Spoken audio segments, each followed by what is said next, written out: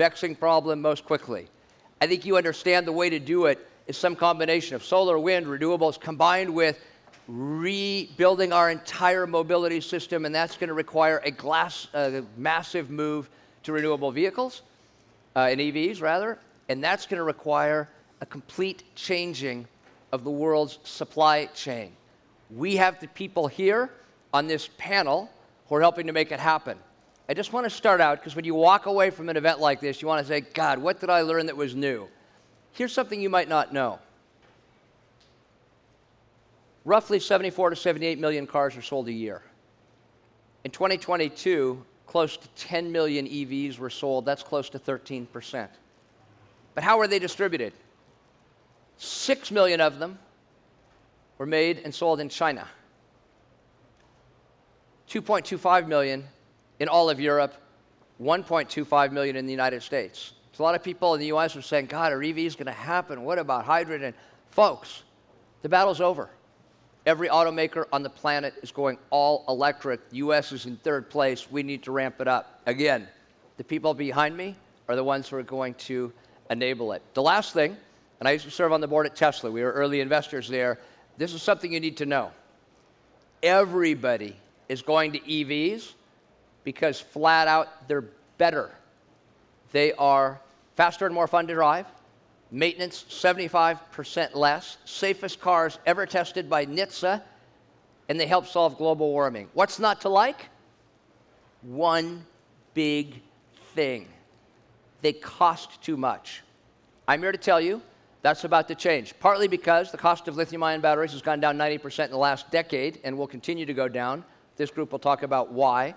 And secondly, because Tesla is about to trigger a global price war. Because their profitability, many of you may not know this, is twice per car what Volkswagen gets, 3 times what Toyota earns, and 5 times what Ford is able to earn. So they can afford to drop prices. They've taken them down to 15%. Expect new price drops. This is going to trigger consolidation in the industry. It's a godsend for consumers and a godsend for the planet. Now I want to turn to the people who are helping to make this happen.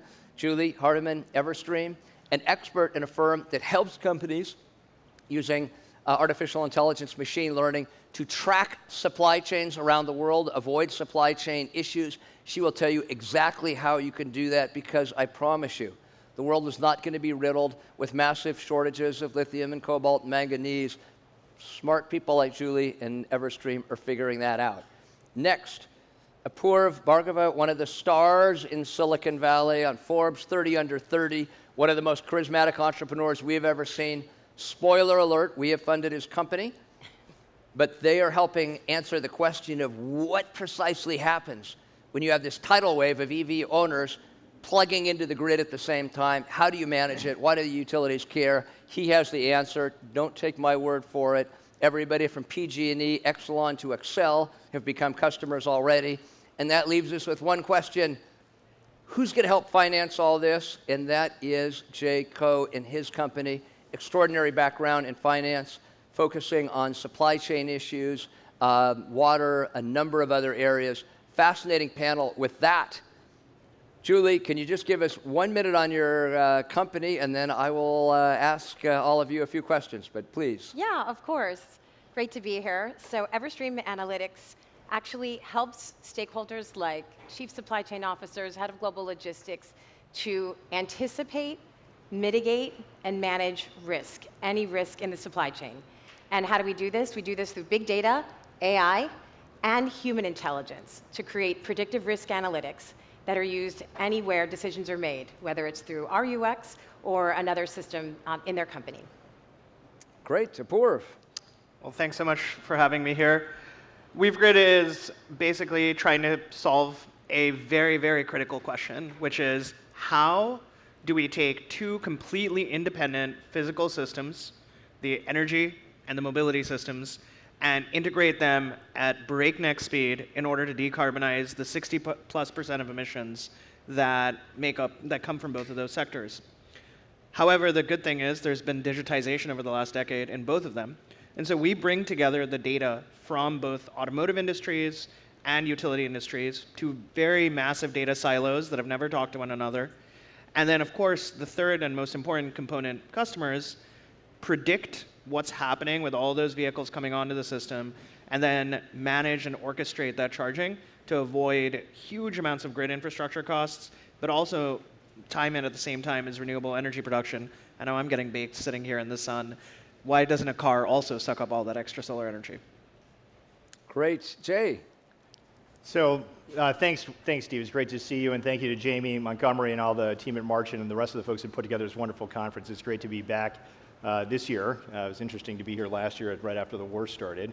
So Lightsmith is, as Steve mentioned, an investor. We invest in growth stage companies that, in this case, are focused not just on the cause of climate change, but on the effects of climate change. Climate change is occurring, as we can all see here in the state of California, with wildfire now becoming a season and extending that season with disruptions of the supply chain, with impact on energy reliability. But for one text message last year, the state of California would have blacked out. So energy reliability, energy storage, management of that transition is going to happen in an environment that's all going to change. So at Lightsmith, we focus on growth stage companies that do supply chain analytics, agricultural analytics, geospatial information, digital mapping, water analysis, water efficiency, because climate change is going to continue to occur forever at some rate. We have more certainty about that than almost anything else, and so we need technologies and solutions at scale to reach the goal of dealing with a problem that's also scaling very rapidly right now. I love it. By the way, a couple of quick facts. I already mentioned roughly 13% of the new cars globally were electric last year. So things are happening much more quickly in Asia and Europe than they are here. We think that number may close to double this year. So this is happening pretty quickly, and don't need to take my word for it. General Motors has said we won't make any more non-gas cars after 2035. Volvo has said we're going to be all electric by 2030. And Stellantis has said we're all electric by 2028. So this isn't just wishful thinking. The automakers see the writing on the wall. Say a little bit more about, well, actually, let me ask you this question. We got to solve global warming. What are the one or two things you think are most important to get from here to there? How's your company helping to solve it? Yeah. Something Jay pointed out, that really the varying weather patterns that we're experiencing, they're all driven by climate change, okay? And the risks and disruptions that it causes dramatically impact our supply chains. In fact, in the US alone, in 2022, we had over 18 big weather events that caused over $1 billion worth of damage, okay? That's just in the US. So you think about the impact, the financial impact, and the supply chain impact that that has. So one of the things that we look at is emissions, right? Scope 3 in particular is a big opportunity. So Scope 3, which I think everybody would probably know what that is, but it's really any emissions anywhere in your value chain. And 80% of the time, that makes up, Scope 3 makes up most of the emissions for a company. The problem is you can't measure what you can't see, right? If you don't know it's there, you don't know who's in your value chain to begin with, that's complete lack of visibility. And according to Deloitte, about 90% of companies only know maybe who their tier 1 suppliers are, but they have almost limited no visibility beyond tier 1 in their supply chain. So the problem is you want to track in Scope 3, you want to reduce that, but you have zero capability to do it. So one of the solutions that we have is called multi-tier visibility, where we work with customers, and it's automated through AI, multi-tier visibility to give you that visibility down into the end tier of your supply chain. That's where you start. You've got to have the visibility throughout the supply chain before you can even measure. So for us, that's the way we look at it. Great. So Apoorv, your view, what are the biggest issues coming down the pipeline? How does WeaveGrid help solve it? So I think Steve said it, hydrogen is the answer. I'm kidding. That was a total joke. I just wanted to see if anyone was alive and paying attention. All right, electrification's happening. There's 280 million vehicles in the United States, and that's just passenger light-duty vehicles. 280 million vehicles. That's more than double the number of households in the United States. So back when Thomas Edison and team were building out the electric grid all over the country, there weren't that many households, but even when they kept extending it, it was only 120 million that we topped out at. Now, keep in mind, there's over double that number of cars that somehow have to get onto the electric grid. 32% of emissions in the United States come from those cars, and then another 29% come from the electric grid. I don't know what you think a bang for your buck is, but that's where I decided to put my career, because I said, you know what? 60% of emissions are about to become part of the same integrated framework, and no one seems to be thinking about that. And it's true. Like, really, utilities and automakers have not really talked to one another. A line I love to use is the last time they got together was when Henry Ford and Thomas Edison went camping together in 1916. So it's been over a century, and here we are.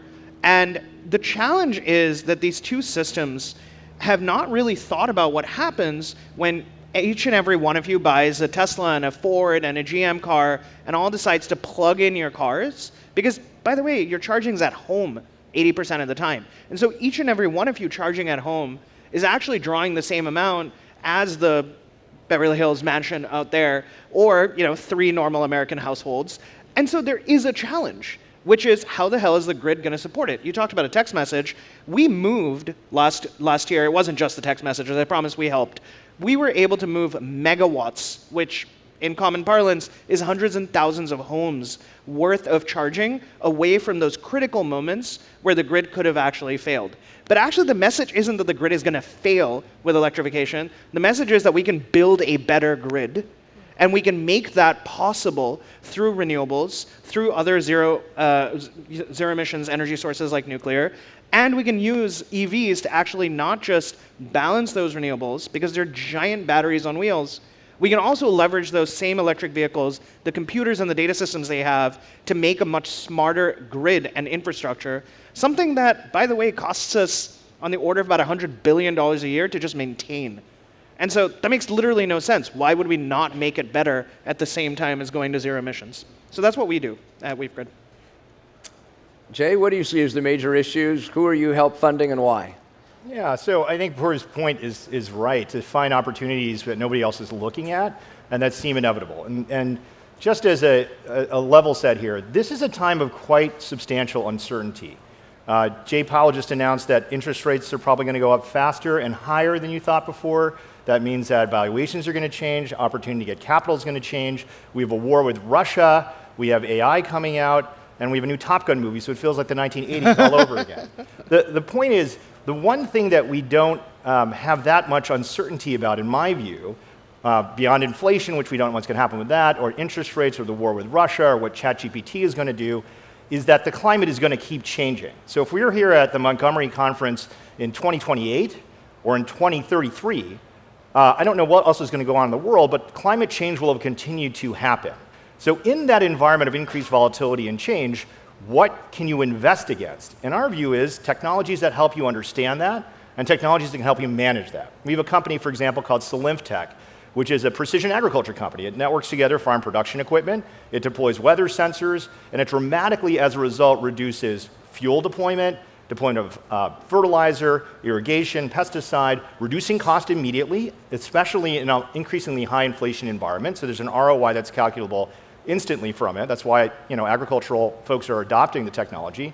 But at the same time, increasing the resilience of our food production in a state of increasing volatility and drought in different parts of the world. We're going to need dramatically more of those technologies to be deployed, both data and analytics to understand what the path of risk and impact is going to be across every sector of the economy, and solutions to manage those things. And I think that is a more certain macro thesis for technologists, investors, and policymakers than almost anything else. Apoorv said, we can build a better grid. And I will tell you right now, we will absolutely have to build a better grid, regardless of what happens with everything else, because the grid will be impacted multiple times, as we've seen here in the state of California, by fire, by flood, by storm, and all of that complexity is just going to accelerate.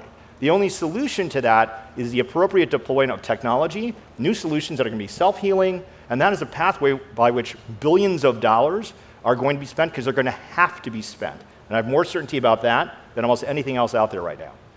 So great. I want to get on to a question. A lot of people here in financial services. Raise your hand. How many? Lots. So there's this narrative out there. This green stuff is fine and EVs, but they're all losing money, right? And there's this terrible green premium. And EVs cost too much, and my God, on top of it, if the Republicans win, all the subsidies are going away, these people's firms will all be gone. Is that true? Can you make money in green? Can you say a word about how firms like you are getting to profitability? By the way, spoiler alert, again, most profitable auto company in the world is Tesla, not doing so bad, and I think they're now back up to being the 7th largest market cap firm in the world. By the way, growing at 50% a year, which neither Google, Microsoft, or Amazon are even doing. Tell us about your company. What's the next generation look like? Yeah, and I love, Jay, that you said self-healing, because what we say is we like to work with companies to help them on the path of self-healing supply chains. So I love that. So we have a unique vantage point in that we sit at the intersection of operational risk and sustainability risk. And these things, they converge. So for us, really, it's how can we solve the operational challenges while we're solving the sustainability requirements, meeting the ESG regulations, for example. So I'll give you just a really basic example. A beer, right? Like you enjoy a nice cold beer. Well, beer actually freezes, and if it freezes, it goes bad. So you have to refrigerate beer so that it doesn't freeze. So that it can't get warm, but it's got to stay cold along a lane. And at Everstream, we have something called risk-adjusted logistics, right? And what we do is we help customers determine weeks ahead, so pre-planned, like several weeks before the beer's ever leaving, we help them determine the best lane, the best mode, and the best equipment, refrigerated or non-refrigerated trucking. Why is that important? Well, it's important because operationally, you save a lot of money, right, if you don't have to use refrigerated, so there's the efficiency gain.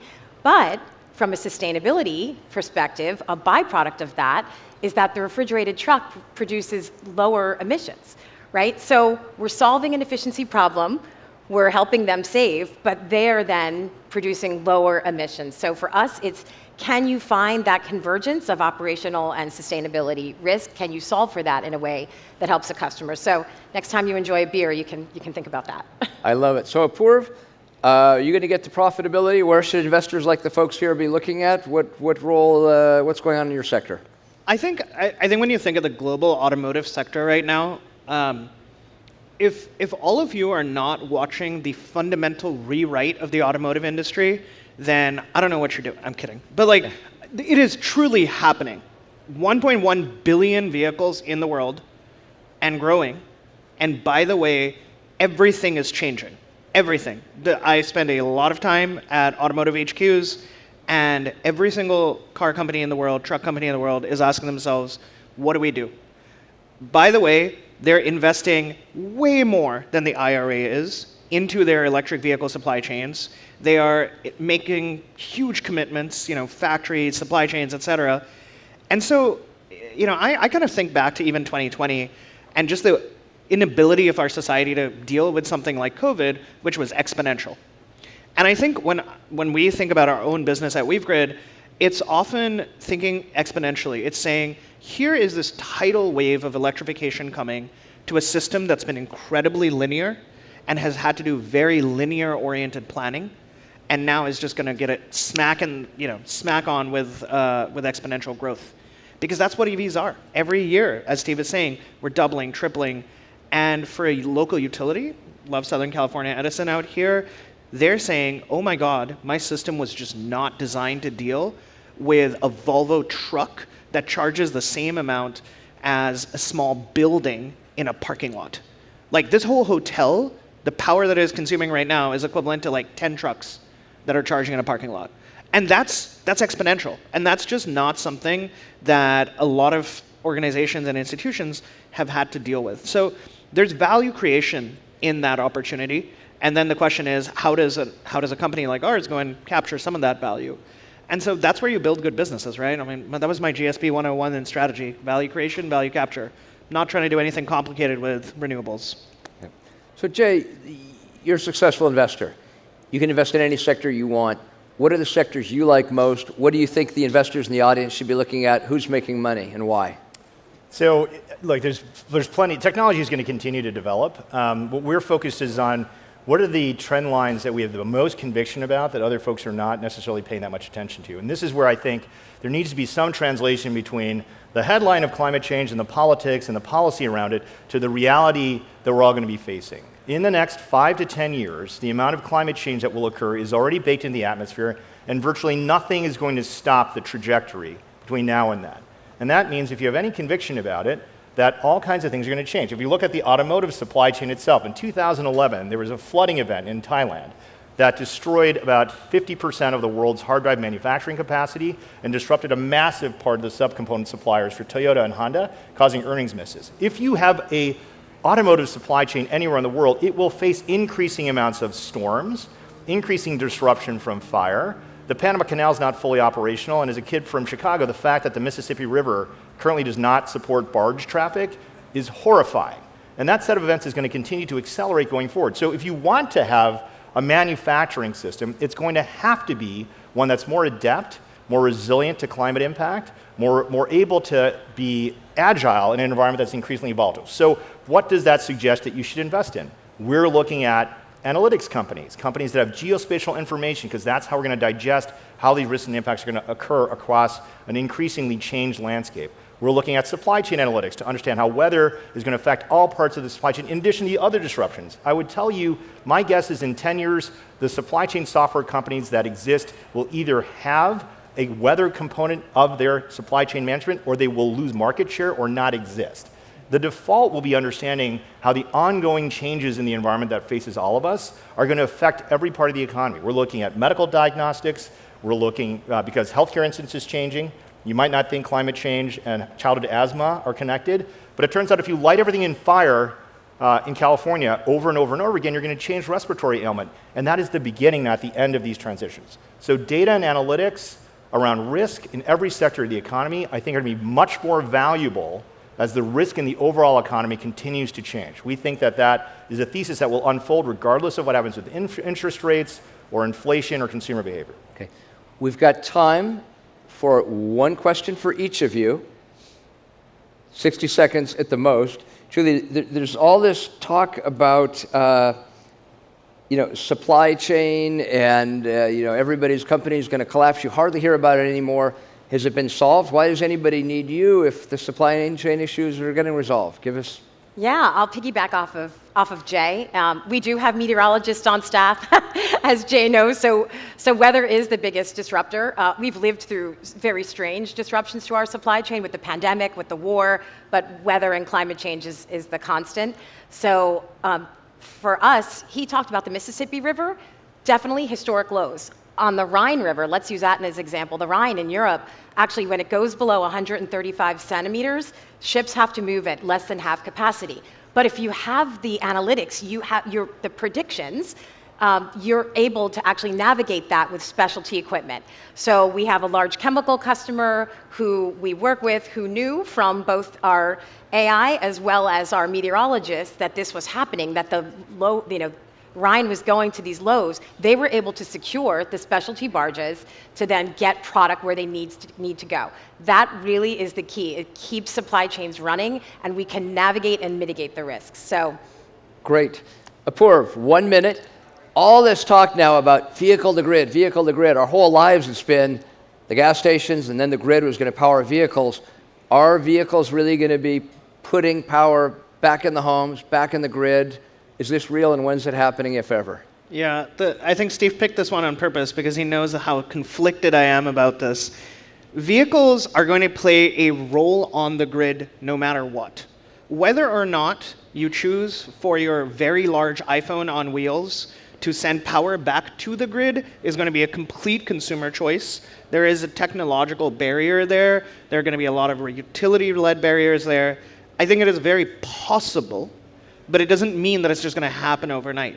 For that to actually happen, we have to first be able to just get the vehicles onto the grid, make sure that the grid can handle them, and then if the batteries, if the utilities, if the consumers, if the automakers are all willing to let it happen, that magical Venn diagram shows up, and there is enough value in an electron going back from your battery to the grid, then yes, it will happen. But there's a lot of steps to get there. Jay, you're batting cleanup here, so 60 seconds or ideally a little shorter. There's all this talk now about resilience. You've got to have resilience. Do we have? What does this mean? Why should they care? Which firms are you investing in that do it? 60 seconds. Yeah, so, Finish this up. so resilience or adaptation or adjusting to climate change is just the reality we're going to face, and we have two choices about how to do that. A jagged, horrifying ex-post experience where we're like, oh my God, I'm surprised there's another natural disaster. Oh my God, I'm surprised that the flooding continues to happen. Oh my God, I'm surprised. Or a more premeditated, smoother transition to a world that's just going to be different than the world we exist in today, unfortunately. And so what we're investing in is companies that can make that transition a little bit easier. The size of the challenge we've created for ourselves by basically geoengineering the planet since the Industrial Revolution is going to be very large.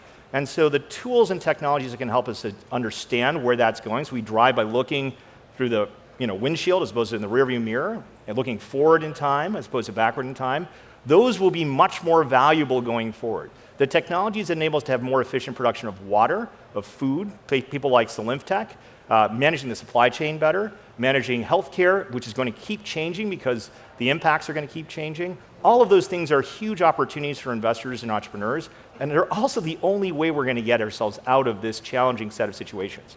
So that's my challenge to everybody in this room on the innovation side, on the entrepreneurship side, on the finance side. Lightsmith is here to invest in companies at the growth stage to help accelerate all those solutions because we're absolutely going to need them.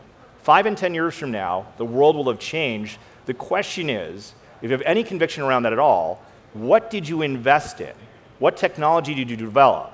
What choices did you make to make that a better outcome and possibly a more profitable and a more valuable outcome, or not? And I think I'd rather do a little bit more than less, and that's what Lightsmith is all about.